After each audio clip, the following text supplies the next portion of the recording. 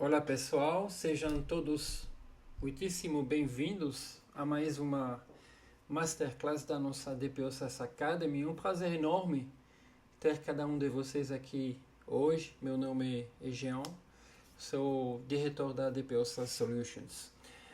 Então, pessoal, preparem o café, abram seus blocos de notas, porque o nosso encontro de hoje foi desenhado cirurgicamente para perfis de alta senioridade, pessoal.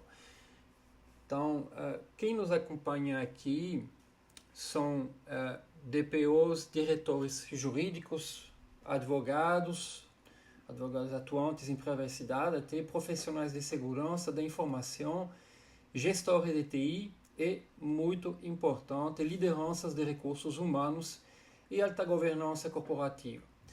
Se você é estudante de Direito ou Tecnologia e busca o topo do mercado, este conteúdo é o seu divisor de águas. Então, hoje, pessoal, nós não vamos ficar apenas na teoria da LGPD. Vamos dissecar um dos casos mais impressionantes, didáticos e catastróficos de insider threat, ameaças internas.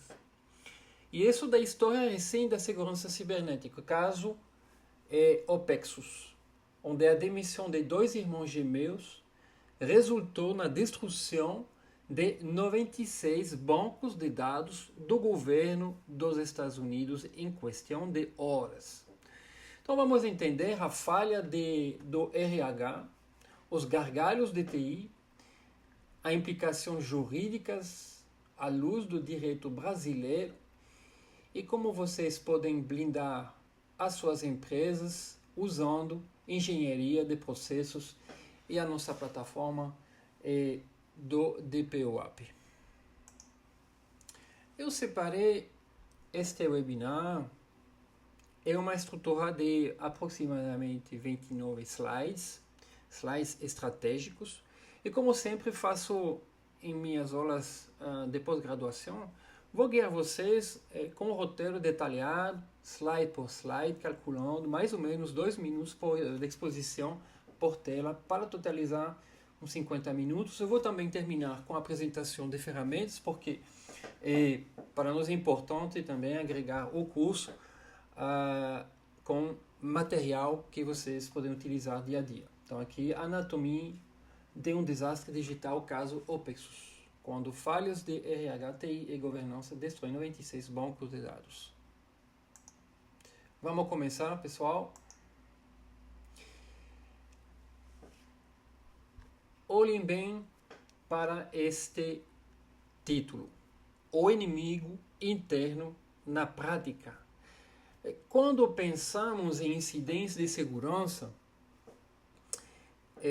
da informação ou vazamento de dados, a nossa mente jurídica ou técnica automaticamente desenha a figura de um hacker encapuzado na Europa Oriental, quebrando firewalls complexos à meia-noite com as novas tecnologias de IA, etc. Mas a realidade do mercado, eu vejo isso todos os dias em minhas consultorias, pela DPO SaaS Solutions, é muito mais íntima e dolorosa. O perigo, muitas vezes, já está dentro de casa. Ele possui crachá, acesso legítimo aos servidores e toma café na mesa ao lado da sua. Hoje vamos analisar o caso real dos irmãos Acter e a empresa Opexus, ocorrido entre 2025 e 2026.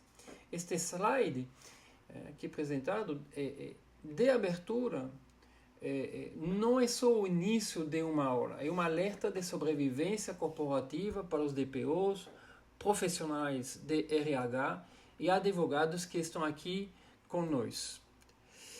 Ajustem as telas, desliguem as notificações do celular e vamos mergulhar nos bastidores desse colapso. Agenda do webinar. Primeiramente, estudos do caso OPEXUS e segundo, mitigação, Zero Trust e LGPD. Muito bem. Para organizarmos a nossa mente e aproveitarmos ao máximo o conteúdo dessa Masterclass, preparem uma agenda dividida em dois grandes blocos estratégicos. No nosso primeiro bloco, nós vamos mergulhar fundo no estudo do caso OPEXUS. Vamos fazer uma verdadeira autópsia da anatomia desse ataque, entendendo como os irmãos Achter executaram a deleção massiva de dados em 2025. Vou mostrar para vocês um fato assustador. Como eles usaram ferramentas públicas de IA generativa para acelerar a discussão e tentar apagar os logs. Além disso, de analisar os dados forenses de como eles acumularam mais de 5.400 credenciais roubadas no ambiente. No segundo bloco, mudamos a chave para a solução com o tema mitigação, Zero Trust e LGPD. Aqui, o foco é a prevenção prática. Como estruturar o vetting e o onboarding de segurança dentro das regras do TST, o checklist definitivo de desligamento imediato e, claro, o enquadramento legal dessa falha sob a ótica dos artigos 42, 46 e 48 da nossa LGPD. Como vocês podem ver, passaremos pela crise e pela solução técnica. Vamos em frente. Objetivo de aprendizado. Avançando para as nossas metas de hoje, alunos e visitantes, eu quero alinhar com vocês os nossos 3 objetivos de aprendizado, que são as competências que vocês vão dominar até o final desta masterclass.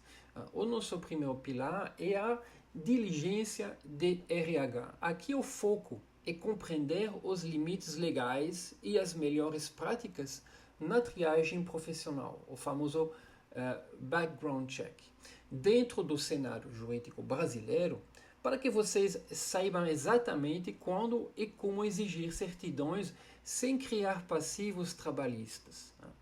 O segundo objetivo é consolidar a segurança Zero Trust.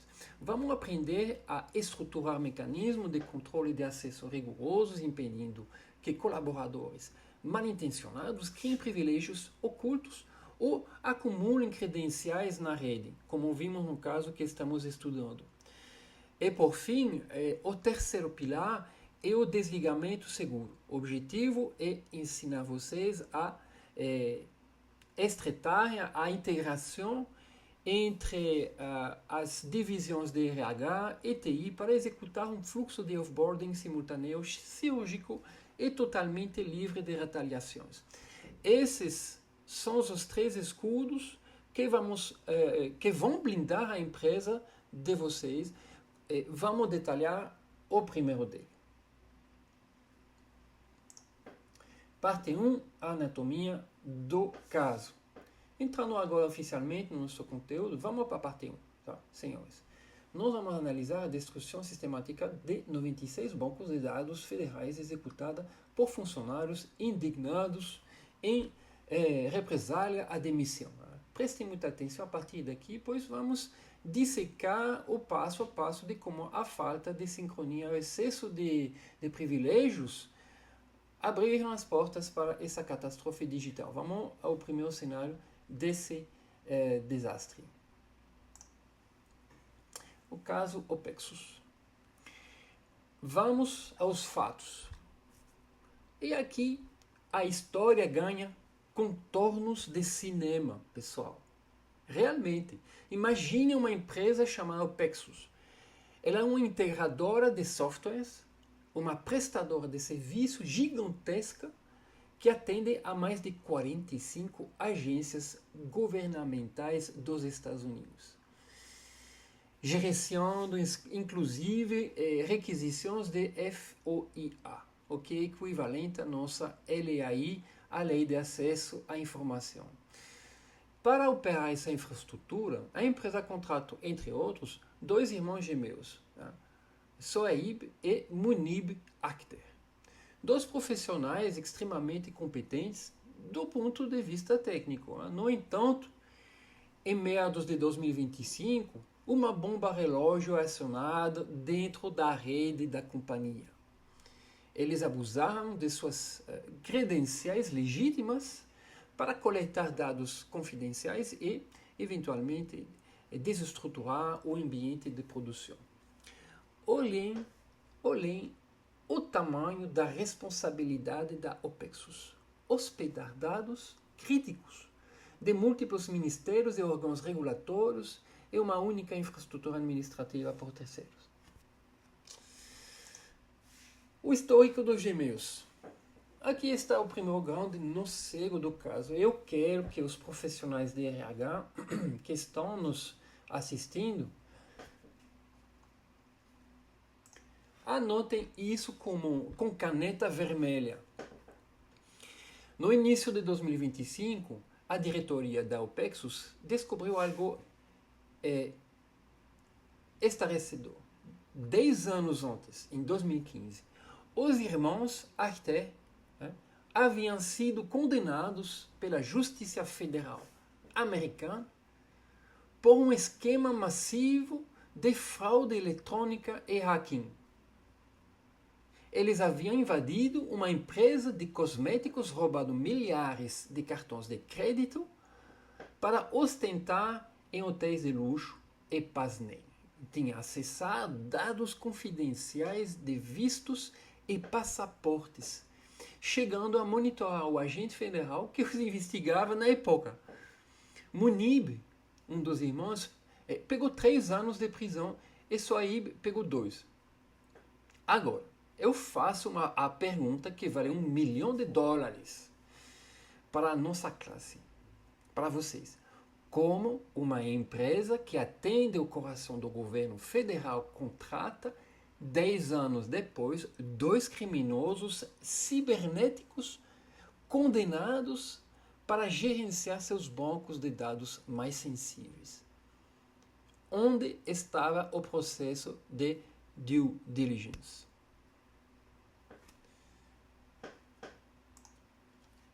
O dia da retaliação.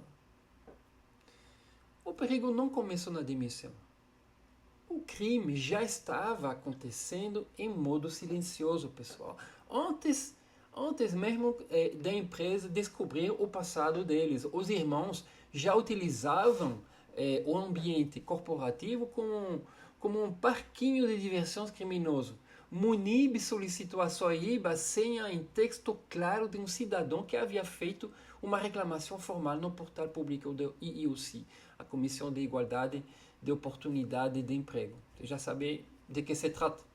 Sohaib, com seus acessos privilegiados, localizou a credencial e enviou ao irmão, que invadiu o e-mail pessoal da vítima. A partir daí, os investigadores descobriram que a dupla estava comendo pelas bordas. Eles criaram scripts para minerar e estocar credenciais dentro da rede da OPEXUS. No momento em que foram presos, eles tinham um cofre digital com 5.400 nomes de usuários e senhas de funcionários e clientes, usando esses dados até para roubar milhas aéreas. Percebem o padrão? O comportamento malicioso já davia sinais claros na rede, mas ninguém estava monitorando. Chegamos ao clímax do desastre. Ao descobrir o histórico criminal dos gêmeos, em algum momento, o RH e a diretoria da OPEXUS tomaram a decisão óbvia: precisamos demiti-los imediatamente. E assim o fizeram. Mas aqui aconteceu o erro fatal que destruiu a reputação da empresa. Eles notificaram e desligaram os funcionários antes de cortar os acessos técnicos. Antes Dê uma olhada no cronômetro da tragédia. Exatamente 6 minutos. 6 minutos após receber um aviso de demissão, os irmãos iniciaram um ataque coordenado de terra arrasada. Eles sabiam que a casa ia cair. Eles sabiam disso. Né? E um diálogo capturado pelas autoridades só disse, uma conversa entre eles, eles provavelmente vão invadir este lugar com uma operação policial. E Munib respondeu, eu vou limpar essa merda. Imagina.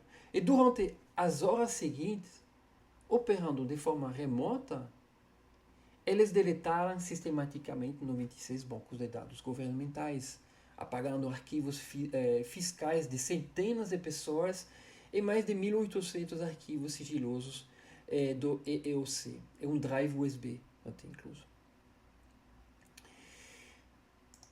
Sabotagem com auxílio de IA. Então, este slide é fascinante e assustador, principalmente para os meus alunos que pesquisam a interseção entre IA e segurança. Os irmãos Achter eram experientes, mas para garantir que não deixariam rastros, eles utilizaram ferramentas de inteligência artificial generativa como assistentes de ocultação de crimes, pessoal. As perícias forenses recuperaram os prompts de Munib, que Munib enviou para uma IA. Ele perguntou textualmente como eu limpo os logs de sistema de servidor SQL após deletar bancos de dados. E, outro ponto, como limpar todos os logs de eventos e aplicações de um servidor Microsoft Windows Server 2012. Preste atenção nisso. A IA funcionou como um multiplicador de força e velocidade, pessoas. Eles usaram a tecnologia para obter os comandos exatos de bypass e destruição em tempo recorde. Isso não mostra que a governança de IA não é apenas sobre direitos autoriais ou privacidade, e também sobre impedir que agentes internos usem LLMs corporativas ou comerciais para sabotagem. Estatísticas de credenciais. Pessoal, olhem com muita atenção para este gráfico de barras, porque ele materializa friamente a escala e o impacto real desse desastre digital. Aqui nós temos 3 métricas alarmantes que consolidam o rastro da destruição. Então, a primeira barra mostra o volume de credenciais roubadas acumuladas. Foram nada menos de 5.400 credenciais mantidas em texto claro, o que deu aos atacantes um passe livre e acesso limitado a múltiplos sistemas. A segunda barra quantifica o dano direto à disponibilidade. 96 bancos de dados governamentais deletados. E isso em questão de minutos. E a terceira barra nos revela a quebra de confidencialidade com a exfiltração de dados. 1.008 arquivos governamentais roubados. Roubados e baixados através de um dispositivo USB físico.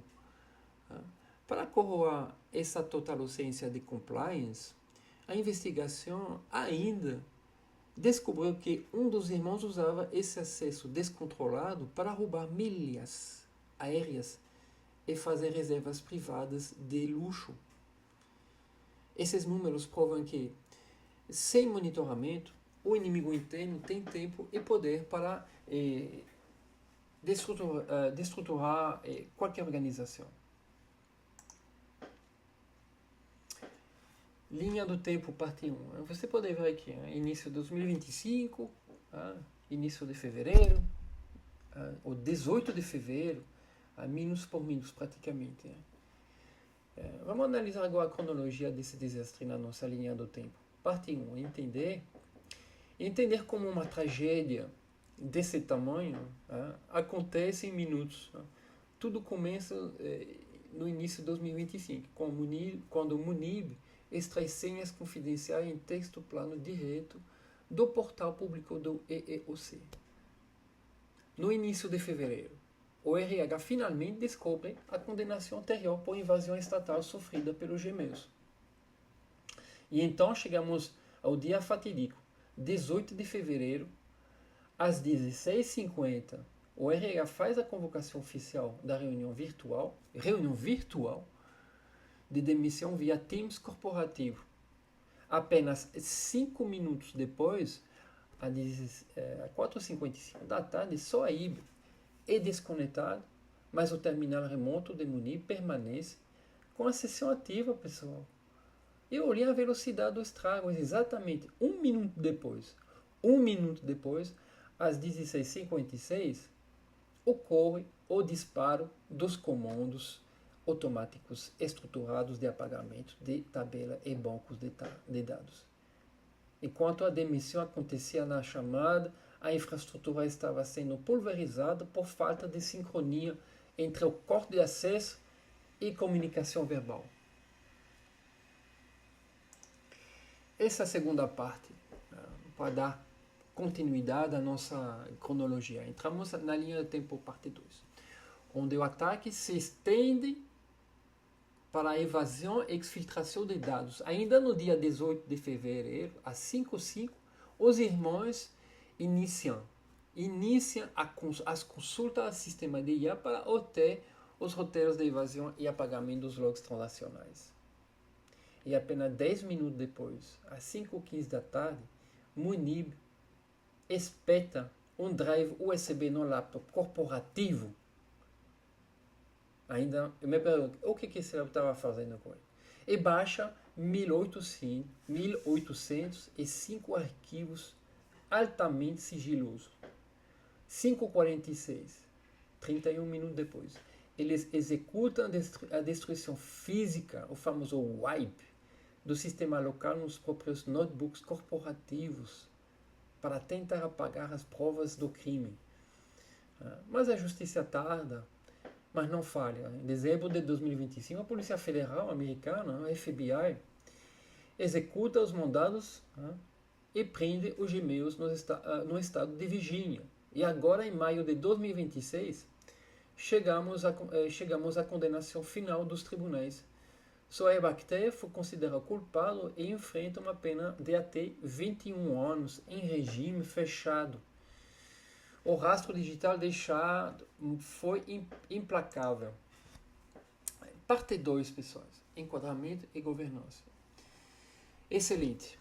Concluímos a nossa análise forense sobre o desastre. E agora, nós entramos oficialmente na parte 2, enquadramento e governança. A partir daqui, nosso objetivo,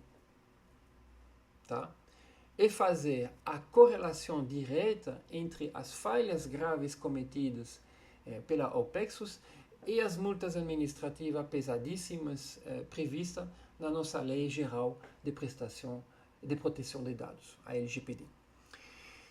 Quero que vocês entendam o que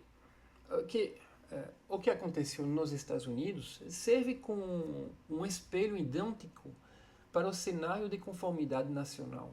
Vamos analisar como os erros de cibersegurança deles violam artigos específicos da nossa lei, como o artigo 46 e 47.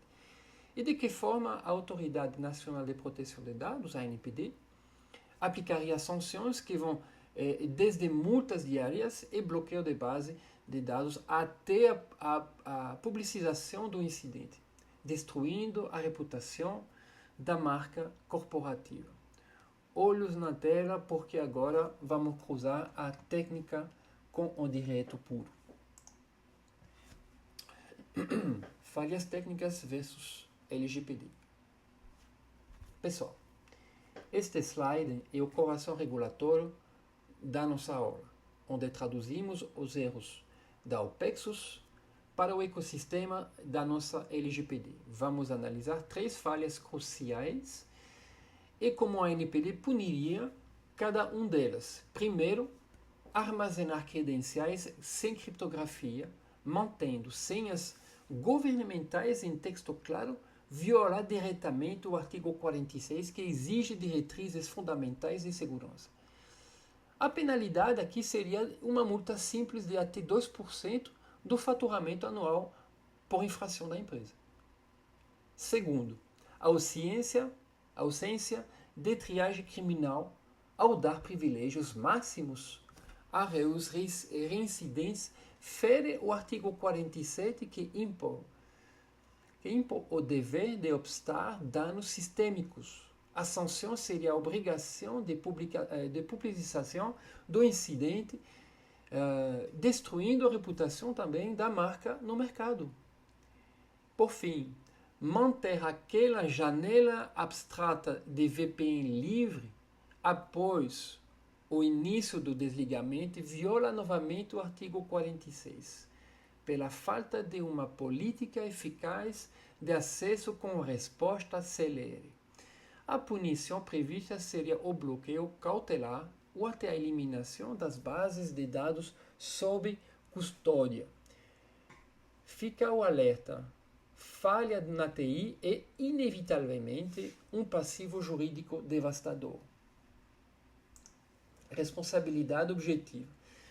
Atenção máxima neste slide, pessoal, porque aqui nós entramos no peso que o direito brasileiro impõe sobre os ombros das corporações através do conceito da responsabilidade objetiva. De acordo com o primeiro ponto, o ato do empregado, o artigo 932, inciso 3º do Código Civil Brasileiro, ele determina que o empregador responde de forma objetiva por todos os atos ilícitos que seus funcionários cometem durante a função de trabalho. O que significa isso? Significa que não importa se a empresa agiu com intenção ou não. Se o funcionário causou o estrago, a empresa paga a conta. Tá? Isso casa perfeitamente com o artigo 42 da LGPD, que obriga o controlador a indenizar os danos patrimoniais e morais sofridos pelos titulares afetados. Mas há uma luz no final do túnel, o direito de regresso. Embora a organização responda de maneira primária perante a Justiça e a ANPD, ela retém o direito constitucional de mover uma ação regressiva para cobrar o ressarcimento de cada centavo do prejuízo diretamente dos culpados. Além disso, no cenário criminal nacional, esse tipo de sabotagem seria tipificado no artigo 150-A do Código Penal, pessoal, como invasão de dispositivo informático. O crime não compensa, mas a conta bate primeiro na porta do controlador. Vetting de funcionários. Pessoal,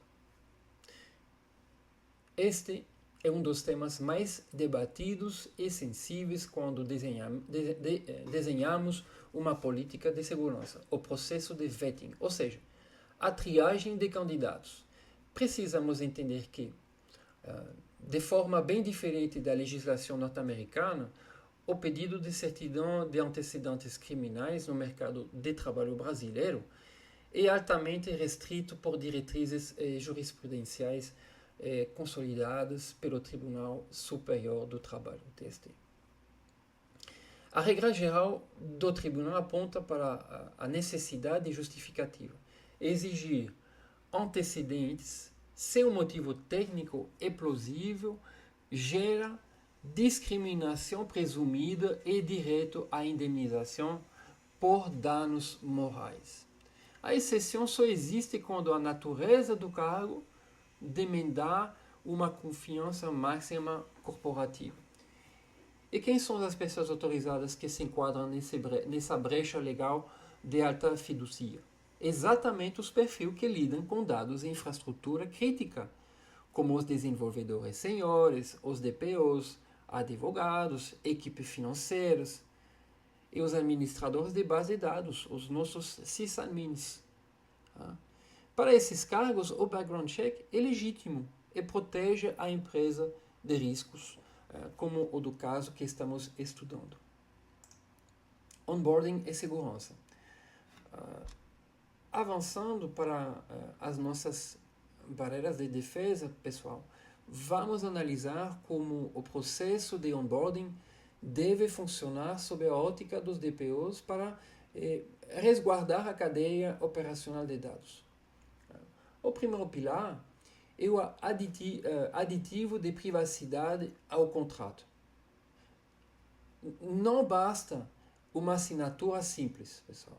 Precisamos de termos robustos especificando a responsabilidade civil do colaborador e regras detalhadas de manipulação sobre a LGPD, o que serve como base de responsabilização caso ocorra um incidente.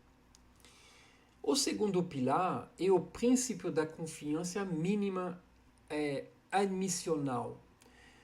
O novo contrato inicia suas atividades sem qualquer privilégio nativo em servidores de produção.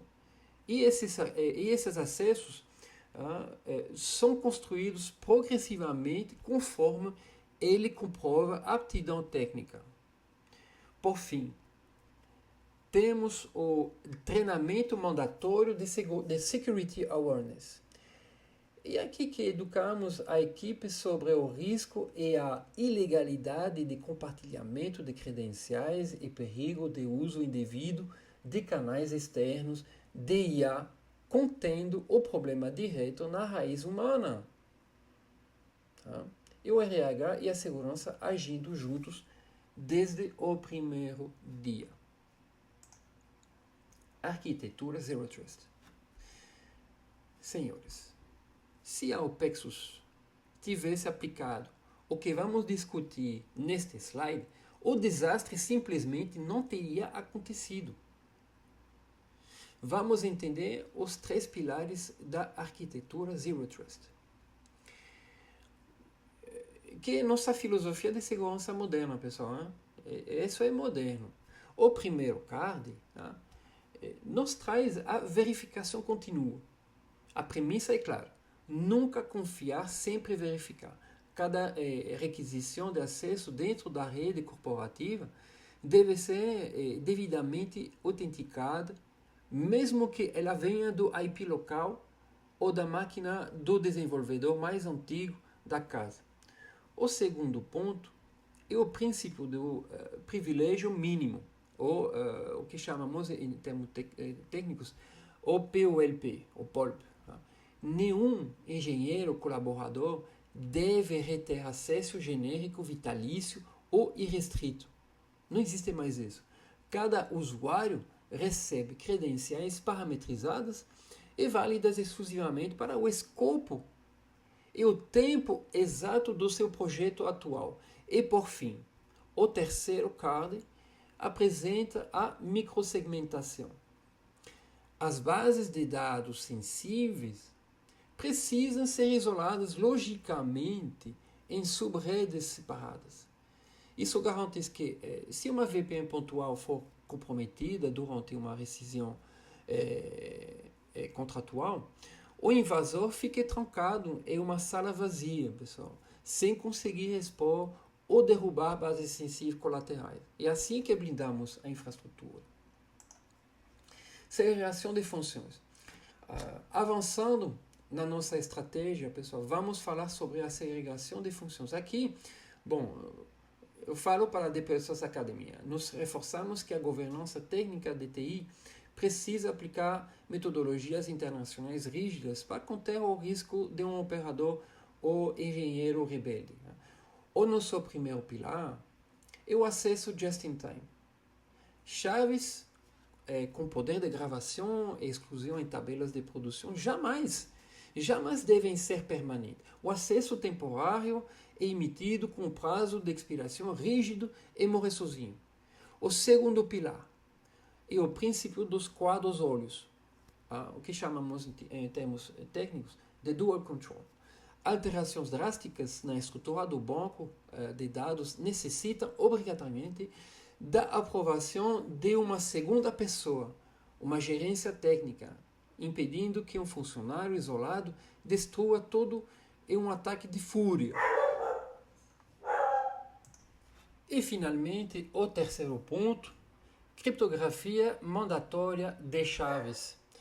Fica expressamente banido o armazenamento de senhas em planilhas ou portais abertos em texto puro, que foi justamente a falha que permitiu aos irmãos acumular mais de 5.000 credenciais, mitigar o poder centralizado e proteger o negócio.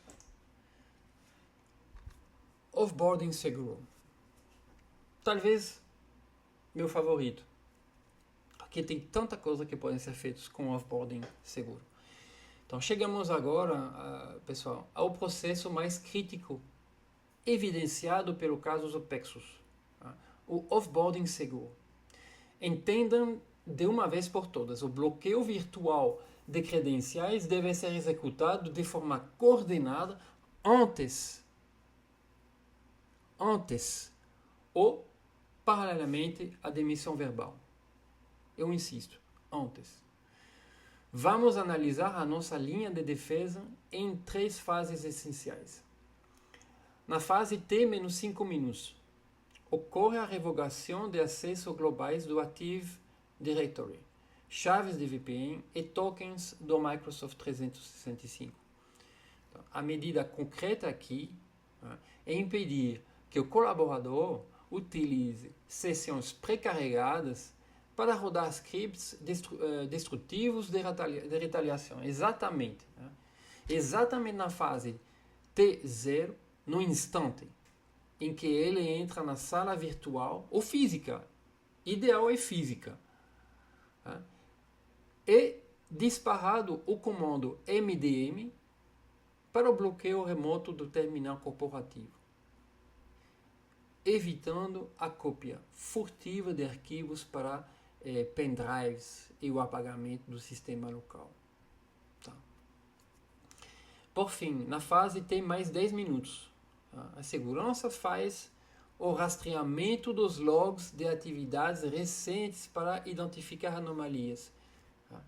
Gerando a prova forense necessária para amparar futuras ações regressivas e queixa-crimes.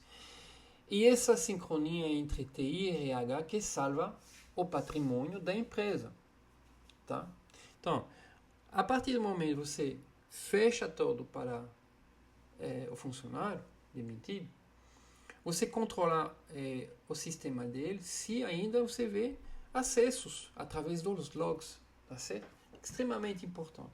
E, se você é muito mais prudente, você vai controlar depois de uma semana, depois de um mês, depois de 2 meses, até um período de 6 meses. Porque isso pode acontecer. Equação de risco residual. Pessoal, prestem muito atenção aqui, porque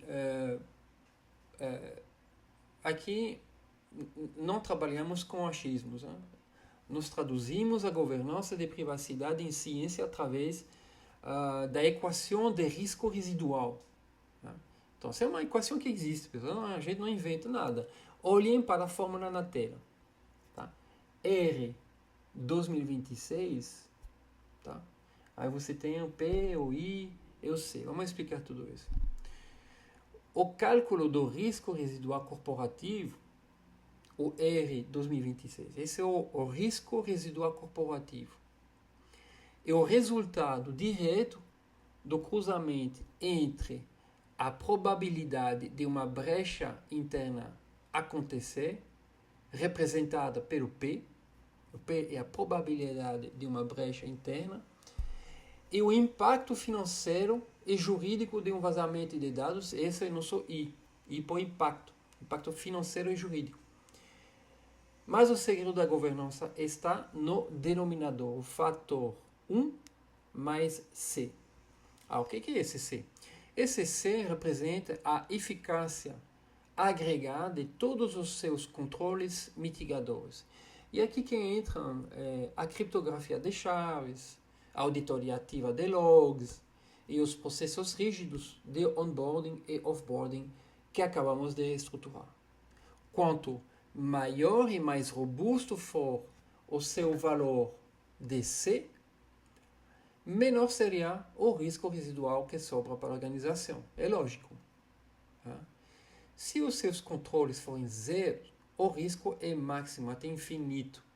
compreende essa dinâmica matemática. Compreender isso é o que diferencia um DPO amador de um gestor estratégico de riscos. E para entender como blindar esse fator C, vamos ao próximo passo essencial. Prevenção contra evasão. Avançando na nossa estratégia de defesa, entramos em um ponto crítico, a prevenção contra evasão. No caso que estamos estudando, os gêmeos, que conseguiram mascarar o rastro do roubo e da destruição por um motivo simples. Motivo que a Opexus não mantinha os logs de acessos blindados contra os próprios administradores da plataforma. Se o atacante tem uma chave mestra, ele apaga as pegadas. Tá? Então, para evitar isso, implementamos duas barreiras fundamentais. Eu vou explicar quais são. A primeira é a escrita WORM, uma sigla para Write Once, Read Many, que significa escrita única, leitura múltipla.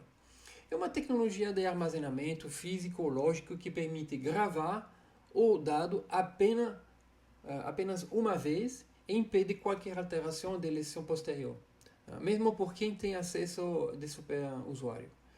Então, e a segunda barreira é o OCM externo.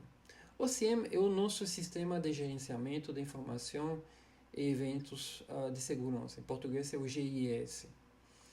Nós fazemos a sincronização desses logs em tempo real para servidores externos, blindados e sob a gestão de uma auditoria independente. Se um engenheiro rebelde tentar apagar o log local, o espelho externo é imutável e já guardou a prova do crime, pessoal. Responsabilidade civil. Este slide consolida o fantasma jurídico das empresas negligentes, a responsabilidade civil. E para o nosso DPOs e gestores, trago um gancho quentíssimo e atual. O provimento CNJ número 213 de 2026. Ele é o exemplo prático mais recente e brutal da nossa primeira carta, a teoria da culpa invigilando. Pessoal, tem que abrir esse documento para você, guia prática. Existe uma guia prática em PDF. Entenda o provimento CNJ número 2013 de 2026. Padrões mínimos de tecnologia da informação e comunicação para os serviços registrais. Ok, é para serviços registrais, mas é uma excelente referência para todas as indústrias, pessoal. Então, tome conhecimento desse documento, porque é extremamente valioso e adorei esse trabalho feito. Muito bom. E, incluso, nós aqui no DPO SaaS App, temos contemplado essas informações, por exemplo, plano de continuidade de negócio, temos o PCN, temos o PRD, temos tudo isso, tá? Contemplado. Então, voltamos aqui. Então, esse provimento que dita as regras de TI e segurança para os cartórios do país deixa explícito que o titular tem responsabilidade pessoal e intransferível sobre os dados, mesmo que contrate fornecedores externos. Ou seja, se falhar na fiscalização, a culpa por emissão. Tá certo? O segundo caso aqui é efeito solidário, é onde controladores e operadores respondem juntos se ignorarem medidas técnicas elementares. Nesse terceiro aqui, e tudo isso deságua no regulatório ANPD, o terceiro caso aqui, com o poder de aplicar multas diárias severas e o bloqueio da base de dados afetada. A empresa pode fechar, não vai funcionar. Entenda, o cerco regulatório em 2026 fechou de vez. Monitorar os agentes internos e os sistemas não é mais uma opção de TI, é uma obrigação de sobrevivência juridical. Riscos internos de dados. Tá? Pessoal, olhem com muita atenção para este gráfico circular na tela. Ele sintetiza uma realidade incômoda, baseada em dados reais, que eu vou mostrar para você depois, coletados em incidentes de proteção de privacidade corporativa. O verdadeiro perigo, muitas vezes, veste o crachá da própria empresa. Vejam a distribuição desse ecossistema de risco. A maior fatia, engolindo 50% dos casos, e o abuso de acesso por privilégios. E o funcionário que tem mais poder de que precisa dentro do sistema e usar essa brecha de forma maliciosa ou indevida. Logo em seguida, com 30%, temos a negligência de processos de desligamento, que foi o erro fatal da OPEXUS, ao deixar portas abertas após a demissão verbal. E fechando a conta, 20% restante nascem logo na porta da entrada pela falta de triagem na contratação. Entende o recado técnico e jurídico deste gráfico? Metade dos seus problemas de privacidade acabam quando você limita os privilégios e a outra metade se resolve alinhando os processos de RH e TI. Mitigar o risco interno é o primeiro mandamento de um DPO estratégico, pessoal. Aqui eu queria, porque a gente não inventa nada, esses números, 50% ou 30%, isso tudo vem de onde? Então aqui, dados consolidados de grandes estudos globais, como o relatório do Ponemon Institute e do Usenix Security. Okay? Então esses são os números. Tá? Abuso de acesso ao privilégio está tudo explicado aqui. Tá? Para quem precisa das referências dos números, está aqui. E também as referências desses números que foram utilizados, tá? Aqui o roadmap de implementação. Pessoal, olhem com atenção para este gráfico na tela. Ele representa o nosso roadmap da implementação. No eixo Y, temos o nível de risco da empresa, que começa aqui, você pode ver, risco aceitável, médio, alto, tá? E na X, no eixo X, temos a nossa jornada cronológica de 4 semanas para trazer esse risco para o nível aceitável. Tá? Aqui de alto e vamos para o nível aceitável.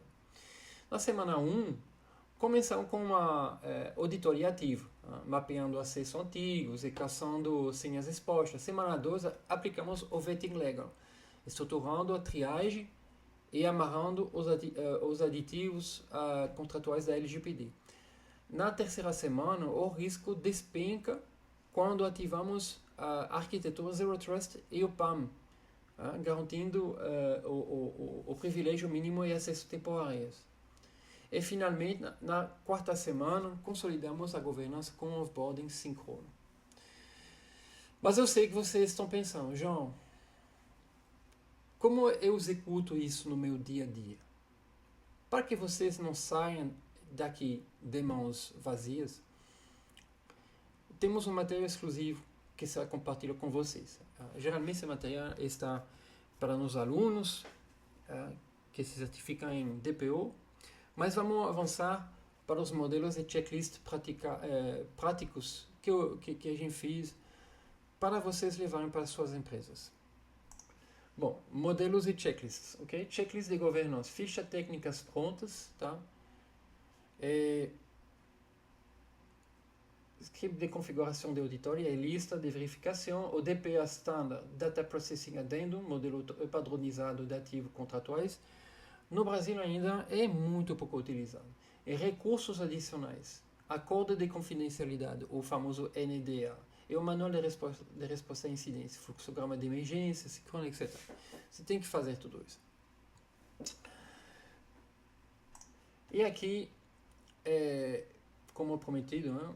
Esse é um kit de governança, onboarding e offboarding seguros, modelos práticos. Aqui é um resumo, tá? Depois eu vou mostrar para você, eu vou passar os links abaixo do vídeo, você pode carregar esse aqui.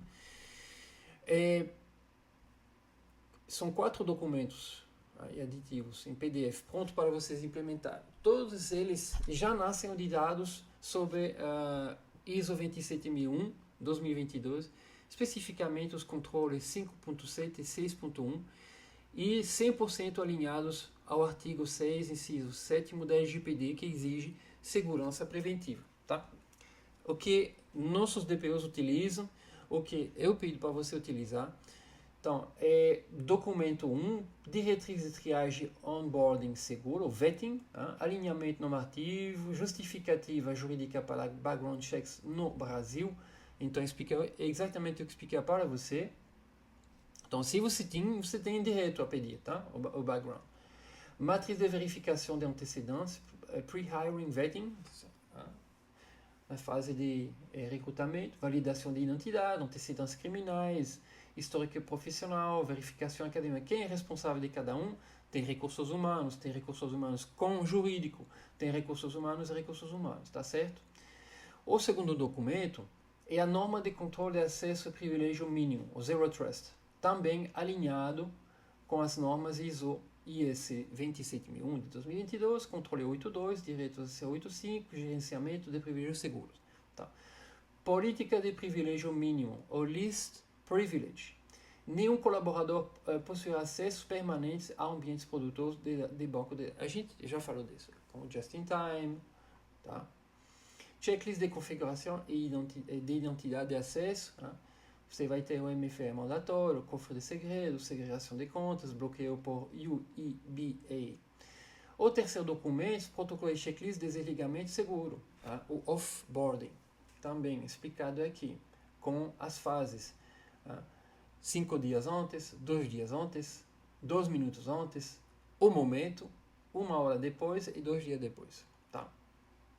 O quarto documento é a matriz de investigação de incidente e resposta à sabotagem, também 27001, passo a passo, forense pós-deteção, contenção imediata, preservação de evidência, análise de logs IA, notificação regulatória LGPD. Aí com o modelo aqui. Tá? Vamos ver esses documentos. Temos pouco tempo, mas vamos fechar aqui. Então, esse é um documento que está à disposição também, vou passar o link para você. Diretriz de triagem de onboarding seguro, vetting policy, tá aqui o código de documento, versão, classificação da informação, fiz uma versão para vocês, alinhamento normativo, etc. Objetivo, escopo, fundamentação legal, tanto do TST que do LGPD, e matriz operacional de triagem e validação. Aí você tem 4 etapas. Validação de identidade, antecedentes criminais, histórico e idoneidade profissional e verificação de credenciais acadêmicas. Tudo isso é legal, pessoal. Você pode pedir. E aí você tem até o protocolo de onboarding seguro e inserção em ambiente Zero Trust. Tudo está aqui. Tá? Auditoria e revisão de privilégios e contato suporte operacional. O segundo documento, vamos lá, com incidente checklist de offboarding, está aqui. Protocolo e checklist de desligamento seguro, o famoso offboarding, mesma estrutura, tá? ISO, objetivo, escopo, premissas mandatórias, o checklist, aí tem 1, 2, 3, 4, 5, 6 etapas. Eu pessoalmente agrego 2 a mais, 1 mês e 6 meses. Salvaguardas pós-desligamento, 5.1, 5.2, 5.3, notificação complementar e auditoria do processo, canais de atendimento para a gente, já você sabe como funciona. E aqui a matriz de investigação de incidentes, resposta à sabotagem, objetivo, escopo, diretriz de resposta 3.1, 3.2, 3.3, modelos de registro de cadeia de custódia com 3 etapas só. Log de transação, máquina física e logs de sessão do provedor de identidade. Protocolo jurídico de notificação, tá? 5.1, 5.2, responsabilização e direito de regressão. E nosso canal de comunicação, como sempre. E o último documento que vai ser disponibilizado para vocês, e a norma de controle de acesso, privilégio mínimo Zero Trust, implementação do Zero Trust, e essa. Objetivo, escopo, princípios fundamentais da arquitetura Zero Trust, verificar explicitamente, utilizar acesso de privilégio mínimo, assumir a violação. E aí, por cada um, você vai ter 4 etapas aqui. Autenticação, multifator, cofre de segredo corporativo, Vault, segregação de contas administrativas, bloqueio preventivo. Tá? Política de acesso administrativo, você tem 5.1, 5.2 e 5.3. Revisão e certificação de acesso, User Access Reviews e o canais de atendimento. Pessoas, espero que vocês aprenderam um pouco sobre esse curso, que chegamos ao final dessa jornada. Eu quero que vocês saiam daqui com 3 certezas gravadas na mente. Tá? Temos pouco tempo, temos 4 minutos para fechar. O primeiro grande aprendizado é a integração absoluta entre TI e RH. Ficou provado que a segurança da informação não é um problema exclusivo da TI. Tá? E a conformidade não é um problema exclusivo do RH ou do jurídico. Se esses departamentos não trabalharem de forma síncrona, as janelas de vulnerabilidade continuam abertas. O segundo ponto é a evolução da resposta. Nós precisamos migrar de uma postura puramente reativa para uma postura de contenção ativa e monitoramento imutável. Mitigar o risco e impedir o estrago antes que ele aconteça. E, por fim, a responsabilidade legal. Como vimos com o provimento CNJ 213 de 2026, faz pouco, faz um mês apenas, e a doutrina da culpa invigilando, o cerco regulatório fechou, pessoal. A alta gestão responde pelas falhas de fiscalização dos seus agentes internos. Tá? Levem o checklist, apliquem o roadmap e transformem a cultura de segurança das suas organizações. Muito obrigado pela atenção de todos, parabéns pelo comprometimento e até a nossa Masterclass.